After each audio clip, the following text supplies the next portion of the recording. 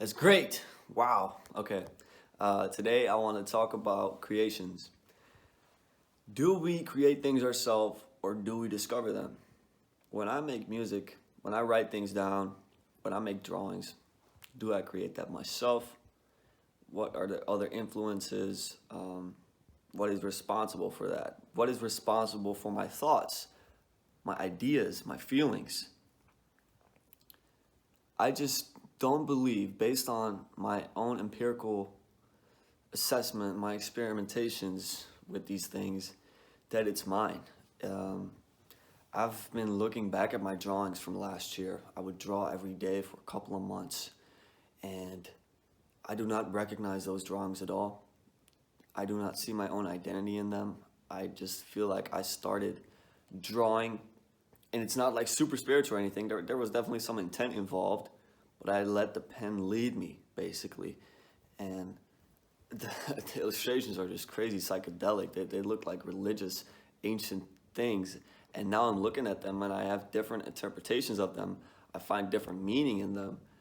And that just gets me thinking on about a lot of other things, which I'm going to talk about in a second, but my shoulder is getting kind of sore. Just a second. I draw, I make music, I write down my dreams, and I look back at them and I'm thinking, this is not mine. So where does it come from? Back in the day, we would talk a lot about the muse.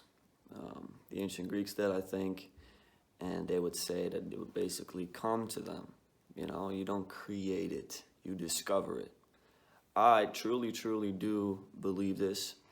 And I also believe that there's some human universal pattern nested inside of us because there is so many commonalities, so many similarities throughout different art and different cultures that are independent from each other throughout history, and they all create the same stuff. This goes for architecture as well. There's just some things built inside of us.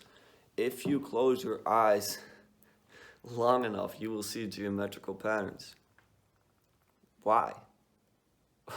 Sorry that I asked these questions, but it just doesn't make sense to me that there's this whole framework, there's this whole universal thing inside of our heads that is just, everyone has that, and for some reason we can create stuff from that, and then after we acted out bad behavior, after we put it into images, we can articulate it in the words, and that's the recent philosophers, that's what they're doing.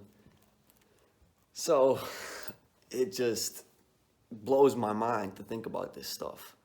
It blows my mind to see the commonalities throughout history in different cultures. It blows my mind that I do not recognize my own things, my own creations. It blows my mind to think about dreams in general. Where do dreams come from? Where do thoughts come from? When some thought comes into my head, do I think that of myself? I do not know. But I love thinking about this stuff, and I hope you do too.